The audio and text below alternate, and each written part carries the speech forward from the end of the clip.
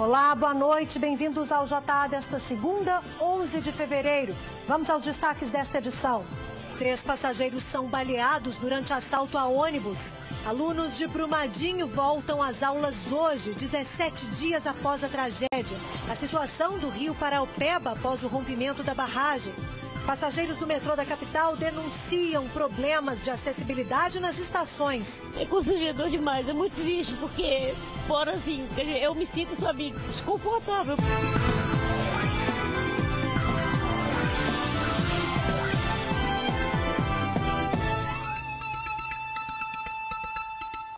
Os alunos da rede estadual e municipal voltaram hoje às salas de aula em Brumadinho, 17 dias após a tragédia. Eles tentaram retomar a rotina, mesmo que a maioria ainda sofra com as perdas. Para muitos alunos, retornar às aulas nessa segunda-feira foi uma tarefa bem difícil. A tragédia da barragem da Vale vai ser difícil de apagar da memória. Tá muito estranho, porque às vezes a gente acha que nem aconteceu, sabe? O início das aulas estava marcado para o dia 4 de fevereiro, mas devido às dificuldades enfrentadas pelo município nas 2 últimas semanas, após o rompimento da barragem, teve que ser adiado e causou muitas dúvidas até para os pais. Ele imaginou que fosse demorar muito. Aí lançou a nota nas redes sociais no meio da semana passada que iria começar hoje. Cerca de 7.500 estudantes de 24 escolas das redes municipal e estadual devem retornar às aulas. Uma das dificuldades apontadas pela prefeitura para justificar o adiamento do ano letivo foi o bloqueio da via Alberto Flores, principal acesso a algumas escolas. A existência de professores e alunos que perderam parentes e pessoas próximas na tragédia também pesou na decisão.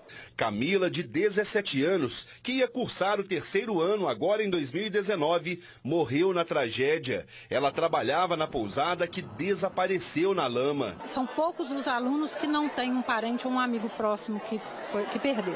A Cassiana, mãe da Vitória, de apenas 7 anos, está preocupada com o emocional da filha, que nos últimos dias vivenciou uma das maiores tragédias do país. Cabecinha, as crianças também vê, tem psicólogo, alguma coisa, porque não tem como não. É muito sofrer, assim, muita dor, muito sofrimento. Você vê as pessoas sofrendo, as pessoas chorando. E esta talvez seja a maior preocupação dos educadores. Nós vamos fazer de tudo para poder fazer o melhor para os nossos alunos. Se antes a gente já fazia, hoje a gente vai se preocupar muito mais.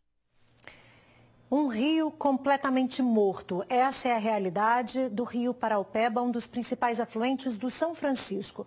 Desde o rompimento da barragem de Brumadinho, os rejeitos já percorreram mais de 120 quilômetros. A água que era transparente mudou de cor. Agora o Rio Paraopeba poderia ser chamado de Rio Vermelho.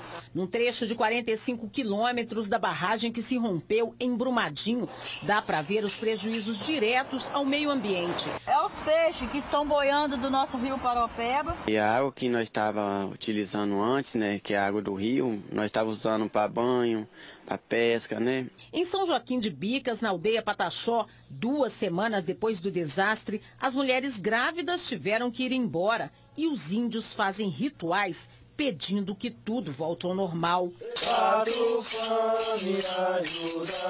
Logo depois da tragédia, dados da Fundação SOS Mata Atlântica apontaram que o índice de oxigenação da água do Rio Paraopeba estava muito baixo, em níveis críticos. Assim também a turbidez da água, que é essa coloração escura que impede a visibilidade lá embaixo. Isso comprometia a vida dos peixes e também a vida humana. O Rio Paraopeba é um dos principais afluentes do Rio São Francisco. Tem 546,5 quilômetros de extensão.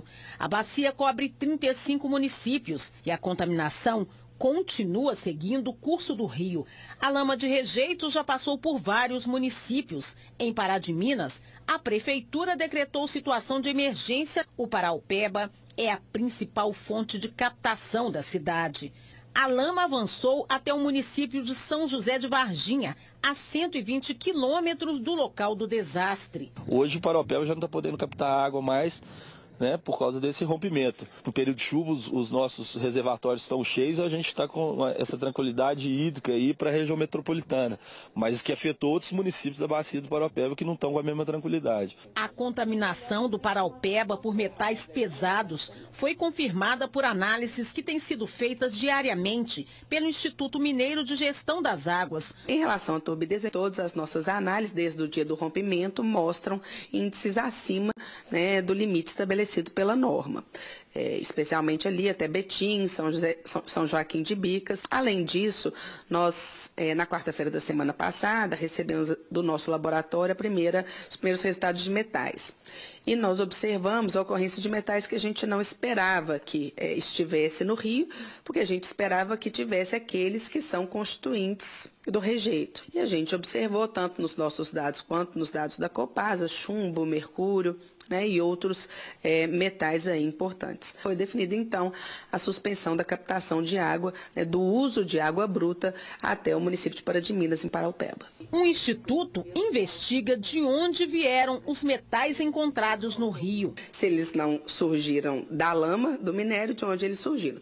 Então, nós já solicitamos também à empresa que nos apresente um mapa do local com todas as estruturas físicas existentes e uma listagem de todos os produtos que tinham armazenados para a gente avaliar. O governo federal divulgou nota afirmando que o Ministério de Minas e Energia prevê que os rejeitos cheguem diluídos à usina hidrelétrica de Retiro Baixo, que fica a cerca de 200 quilômetros da barragem rompida. A Vale já instalou a terceira membrana de contenção de rejeitos pelo percurso do rio, para tentar impedir que o rejeito chegue a Três Marias. Mas, para o IGAM, a medida não é suficiente. A nossa grande preocupação hoje está no que resta de rejeito na barragem no córrego Ferro-Carvão.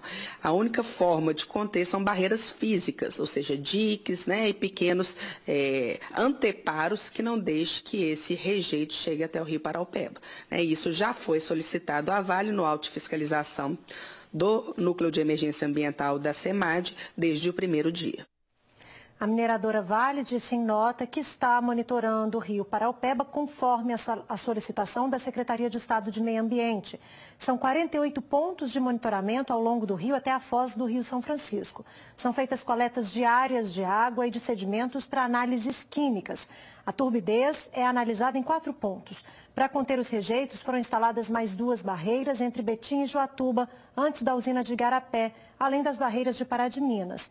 A Vale afirmou ainda que apresentou ao Ministério Público e aos órgãos ambientais o plano para conter os rejeitos que vazaram. Segundo a Vale, o plano prevê diferentes ações e medidas de recuperação, como a construção de diques no entorno da estrutura rompida, a dragagem de sedimentos mais grossos e pesados que serão recolhidos e a instalação de novas membranas de contenção ao longo do rio. Os moradores de Barão de Cocais ainda não puderam voltar para casa. Eles aguardam um novo laudo que afaste o risco de rompimento da barragem da Vale. A barragem Sul Superior Gongo Soco é uma das 10 barragens a montante da Vale, que, segundo a empresa, já fazia parte do plano de descomissionamento anunciado pela mineradora no fim do mês de janeiro. O alerta da semana passada foi dado após uma consultoria negar a declaração de estabilidade de estrutura. Em caso de rompimento, as comunidades seriam atingidas entre 6 e 12 minutos depois. As comunidades sob risco direto, caso haja um rompimento da barragem, ficam a cerca de 7 quilômetros desse ponto. Por isso, a estrada está bloqueada e militares vigiam o acesso. Só é permitida a entrada de pessoas que estejam diretamente ligadas aos trabalhos que estão sendo realizados para evitar que haja um acidente aqui na região. Várias famílias que tiveram de sair às pressas de casa na última sexta-feira ainda não sabem quando poderão voltar à vida normal. O senhor já tinha visto alguma irregularidade lá? Não, com 53 anos, primeira vez. Ninguém nunca falou de nada? Não, de perigo nenhum. Só sei dizer que só a sirene tocou 2 horas da madrugada, tirou todo mundo lá no desespero sem ninguém saber o que estava ocorrendo. Trouxemos nós para cá e nós estamos aqui aguardando a resposta da Vale.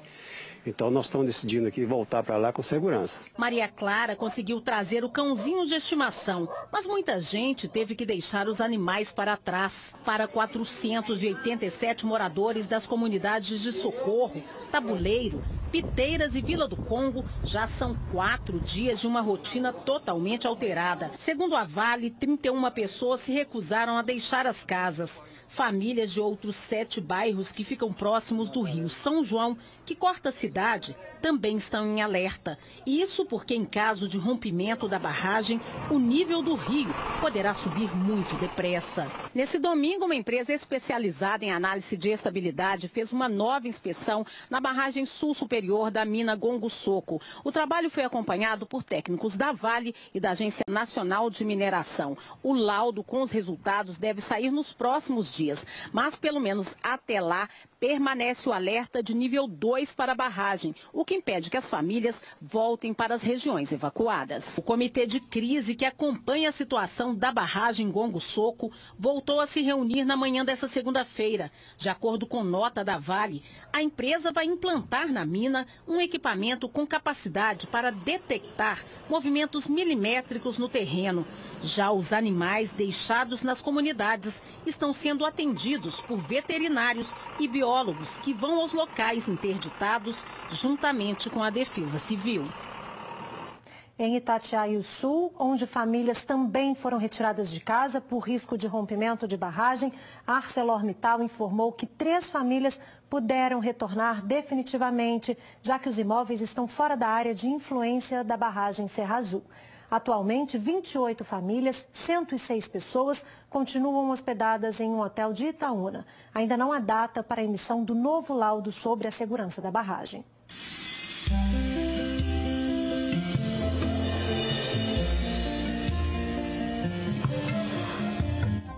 Céu parcialmente nublado com pancadas de chuva e trovoadas isoladas no Triângulo e no sul do estado. Há possibilidade de chuva isolada na região metropolitana e na zona da mata. Nas outras áreas, céu claro com poucas nuvens. Em BH, mínima de 18 e máxima de 34 graus. Em Cruzília, os termômetros vão dos 13 aos 32. Oscilam dos 18 aos 37 em Simonésia. Ficam entre 17 e 36 em São Francisco. E em Uberlândia, mínima de 19 e máxima de 35 graus. O senador Antônio Anastasia se encontrou hoje com o presidente da Assembleia Legislativa, Agostinho Patrus, e o presidente do Tribunal de Contas do Estado, Cláudio Terrão. Eles discutiram a crise financeira de Minas e a renegociação das dívidas junto ao governo federal. Entre os assuntos discutidos estavam os atrasos nos repasses aos municípios, o parcelamento do salário dos servidores e a crise financeira de Minas Gerais. Fundamental para Minas Gerais é a questão da Lei Candir. A Lei Candir está junto da discussão da revisão tributária, que certamente haverá, da discussão da renegociação da dívida e certamente as discussões que Minas fará com o governo federal para adesão ao pacote econômico, digamos assim, do governo federal de renegociação mais ampla. Para que possamos começar juntos um trabalho de recuperação de Minas, de recuperação econômica e financeira do nosso Estado, perpassando aí pela Lei Candir, que é um problema grave e que precisa ser resolvido, porque Minas é dos estados da federação que mais perde com essa lei. O que eu trouxe aqui para os deputados é exatamente a proposta, uma ideia do parlamento, quem sabe através do Estado, criar um programa que possa auxiliar esses gestores municipais a desenvolverem uma política fiscal adequada. Ou seja, desde o planejamento até a arrecadação efetiva desses recursos, para reduzir o nível de dependência que eles têm do Estado e da União. E durante a visita à Assembleia, o vice-presidente do Senado anunciou que pediu o desarquivamento do projeto de lei que revê a situação das barragens. Eu, juntamente com a senadora Rose de Freitas e o senador Eumano Fermi, já pedimos desarquivamento no primeiro dia da sessão para que esse projeto volte a tramitar, porque ele aperfeiçoa a atual lei de 2010 que trata de segurança das barragens, e especialmente Minas Gerais é um estado, como nós vimos, tem necessidade absoluta dessa revisão. Nós voltamos já, não saia daí.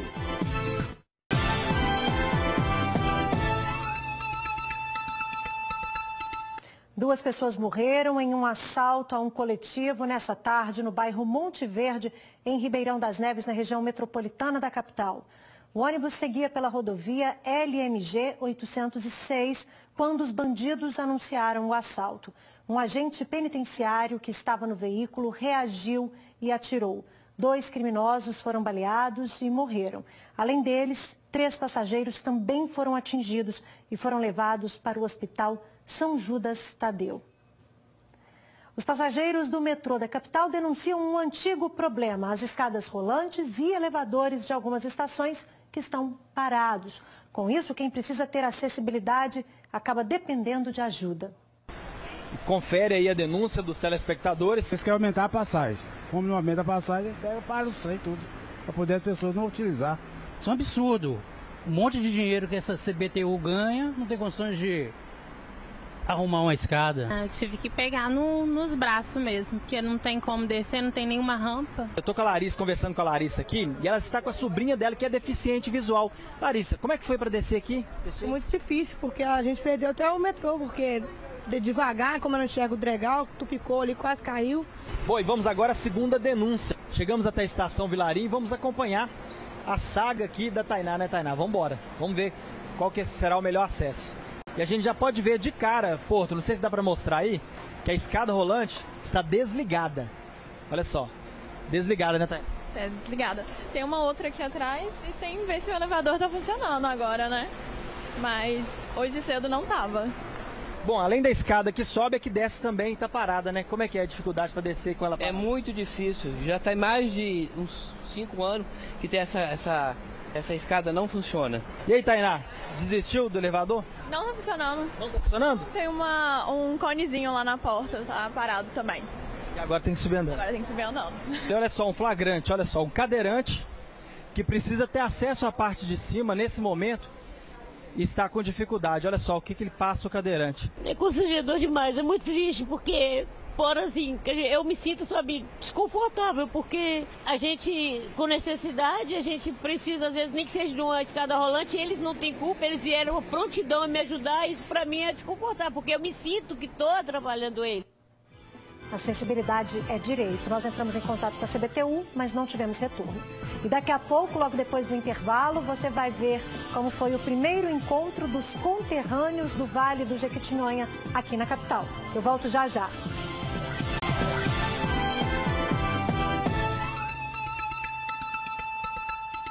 A Feira de Artesanato do Mineirinho teve uma programação especial nesse domingo. Foi o primeiro encontro dos conterrâneos do Vale do Jequitinhonha, que reuniu muita gente de uma das regiões mais tradicionais do estado, que estão morando aqui na capital. Teve comida típica, lançamento de livro e apresentação de artistas do Vale. O músico, que tem mais de 20 milhões de visualizações nas redes sociais, nasceu em Rubim, no Vale do Jequitinhonha. Hoje ele vive na capital e veio para o Mineirinho cantar para os conterrâneos. Muito importante para mim porque vem das minhas raízes, né? Então tá cantando para um evento que tá falando do Vale do Jequitinhonha aqui em Belo Horizonte, para mim é uma paixão, uma gratidão gigante. É trazer o que tem lá do Vale para cá. No primeiro encontro de conterrâneos do Vale do Jequitinhonha, Tadeu lançou o livro Itaobim Pedra Verde, a história da cidade Coração do Vale. A obra retrata a vida econômica, social, política e cultural do município. Tem mais de 200 mil pessoas do Vale morando em Belo Horizonte. E a gente quer fazer umas 2 vezes ao ano esse encontro para reunir essas pessoas, trocar a experiência, matar a saudade, lembrar a cultura, os pratos tradicionais, lembrar aquela vida alegre e festeira do povo do Vale do Jequitinhonha. Essa empresária de Itaobim sempre arruma um jeitinho de amenizar a saudade da terra natal, de onde saiu há 4 anos. Sente falta de Itaobim? Sinto muito, mas eu vou sempre lá. Eu estou sempre em contato com meus amigos, a gente está sempre promovendo algum encontro, a gente está sempre se vendo. O melhor do Vale do Jequitinhonha é a gente do Vale do Jequitinhonha, a cultura, entendeu? É a nossa culinária, é a luta pela nossa sobrevivência, as histórias de vida que tem. É isso aí, Jota, termina aqui, você fica agora com o SBT Brasil. Nós estamos de volta amanhã, a partir de 7h20 da noite. Uma ótima semana para vocês e até lá.